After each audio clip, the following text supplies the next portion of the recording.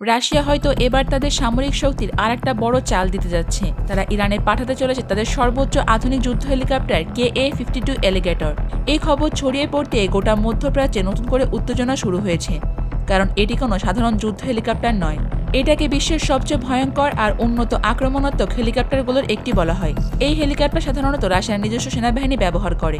আজ পর্যন্ত রাশিয়া এই হেলিকপ্টার কোনো বিদেশি দেশের কাছে বিক্রি করেনি। তাই প্রশ্ন উঠেছে, তাহলে হঠাৎ করে কেন এটি ইরানে পাঠানো হচ্ছে?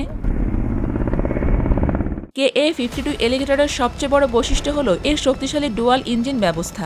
এতে রয়েছে দুটি প্রধান পাখা এবং মোট 6টি ব্লেড, যা একসাথে ঘুরে প্রচণ্ড গতি তৈরি করতে পারে। এর ফলে এই হেলিকপ্টার খুব দ্রুত আকাশে উঠতে পারে এবং যে কোনো দিক থেকে হঠাৎ আক্রমণ চালাতেও সক্ষম।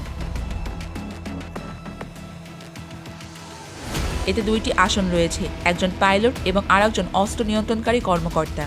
এই দুইজন মিলে কয়েক সেকেন্ডের মধ্যেই টার্গেট শনাক্ত আর আঘাতও হানতে পারে। এই হেলিকপ্টারকে অনেকেই ফ্লাইং ট্যাঙ্কও বলে থাকেন, কারণ এর বডি এতটাই শক্ত যে সাধারণ মেশিন গান বা ছোট মিসাইলের আঘাতে এটি সহজে ক্ষতিগ্রস্ত হয় না। ককপিটে বসানো আছে বুলেট প্রুফ গ্লাস। এর সঙ্গে আছে আধুনিক নাইট ভিশন সেন্সর। এর ফলে গভীর রাতেও শত্রুর ট্যাঙ্ক, গাড়ি কিংবা লুকিয়ে থাকা সৈন্যকে খুব সহজে শনাক্ত করা যায়। সবচেয়ে চমকপ্রদ বিষয় হলো KA-52 এমন একটা হেলিকপ্টার যা শত্রুর ফাইটার জেটকেও টার্গেট করতে পারে। এতে বসানো আছে ভিকার ও আতাকা সিরিজের গাইডেড মিসাইল, যেগুলো প্রায় 10 কিলোমিটার দূর থেকে নিখুঁতভাবে আঘাত হানতে পারে। পাশাপাশি রয়েছে 30 মিলিমিটার কামান, যা 1 মিনিটে শত শত গুলি ছুটতে সক্ষম। এই হেলিকপ্টারে রয়েছে আধুনিক ইলেকট্রনিক ওয়ারফেয়ার সিস্টেম। এর মানে হলো এটি শত্রুপক্ষের রাডার, ড্রোন বা মিসাইল স্যাটেলাইট সিগন্যাল জ্যাম করে দিতেও পারে। হেলিকপ্টারটি আকাশে থাকলে আশেপাশের প্রায় 2 কিলোমিটার এলাকায় ইলেকট্রনিক সিগন্যাল কাজ করা বন্ধ হয়ে যেতে পারে। KA-52 নিজস্ব রাডার ও নেভিগেশন সিস্টেমে চলে, অর্থাৎ এটি বাইরে কোনো সিগন্যালের উপর নির্ভরশীল নয়। ফলে শত্রুপক্ষের জন্য এই হেলিকপ্টার ট্র্যাক করা বা শনাক্ত করা অনেক কঠিন হয়ে যায়। আর এই গোপনভাবে চলার ক্ষমতায় KA-52কে আরও বেশি ভয়ঙ্কর করে তুলেছে। বিভিন্ন সূত্রে জানা যাচ্ছে, সম্প্রতি রাশিয়া ও ইরানের মধ্যে একাধিক সামরিক চুক্তি হয়েছে।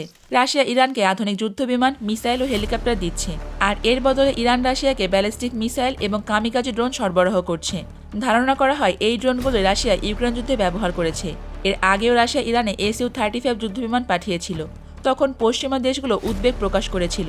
এবার KA-52 পাঠানোর খবর আসতে নতুন করে আবারও আলোচনার ঝড় উঠেছে আমেরিকা, ইউরোপ এবং ইসরায়েলেও। বিশেষ করে ইসরায়েল বিষয়টিকে খুব গুরুত্ব দিয়েই দেখছে, কারণ ইরানের হাতে এমন শক্তিশালী হেলিকপ্টার মানে মধ্যপ্রাচ্যের শক্তির ভারসাম্য পুরোপুরি বদলে যাওয়া। ইসরায়েলের প্রধানমন্ত্রী বেনিয়ামিন নেতানিয়াহু এক সংবাদ সম্মেলনে বলেছেন, রাশিয়ার এই পদক্ষেপ আন্তর্জাতিক আইনের পরিপন্থী। বিশ্লেষকদের মতে রাশিয়া ও ইরানের এই ঘনিষ্ঠতা একটি নতুন সামরিক জোটের ইঙ্গিত দিচ্ছে। ইউক্রেন যুদ্ধের পর রাশিয়া যেমন পশ্চিমা নিষেধাজ্ঞার চাপে আছে, তেমনি ইরান দীর্ঘদিন ধরে এই ধরনের নিষেধাজ্ঞার মধ্য দিয়েই রয়েছে। ফলে দুই দেশই একে অপরের সহযোগিতায় নতুন পথ খুঁজছে। ইরান ইতিমধ্যে তাদের ড্রোন প্রযুক্তিতে বড় সাফল্য দেখিয়েছে।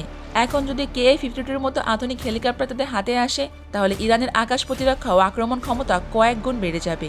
এই চুক্তি রাশিয়ার জন্য লাভজনক। একদিকে তারা তাদের পুরনো মিত্র ইরানকে আরও শক্তিশালী করছে, অন্যদিকে পশ্চিমা নিষেধাজ্ঞার মধ্যেও নতুন অর্থনৈতিক সুযোগ তৈরি করছে। তবে পশ্চিমা দেশগুলো বিষয়টি মোটেও ভালোভাবে নিচ্ছে না। যুক্তরাষ্ট্র বলেছে, রাশিয়া ও ইরানের এই সামরিক সহযোগিতা বিশ্ব নিরাপত্তার জন্য বড় হুমকি। ইউরোপীয় ইউনিয়নও সতর্ক করেছে, যদি এই অস্ত্র চুক্তি আন্তর্জাতিক আইন ভঙ্গ করে, তাহলে এর কঠিন জবাব দেওয়া হবে। সব মিলিয়ে KA-52 এলিগেটর ইরানে পৌঁছানো শুধু একটা সামরিক খবর নয়, এটি মধ্যপ্রাচ্যে একটা বড় পরিবর্তনের ইঙ্গিত দিচ্ছে। অনেকেই মনে করছেন এই ঘটনা নতুন একটা অস্ত্র প্রতিযোগিতা শুরু হতে পারে। বিশ্বজুড়ে যে আলোচনা শুরু হয়েছে তা স্পষ্ট করে দিচ্ছে, রাশিয়া ও ইরান একসাথে একটি নতুন সামরিক অধ্যায়ের দিকে এগিয়ে যাচ্ছে।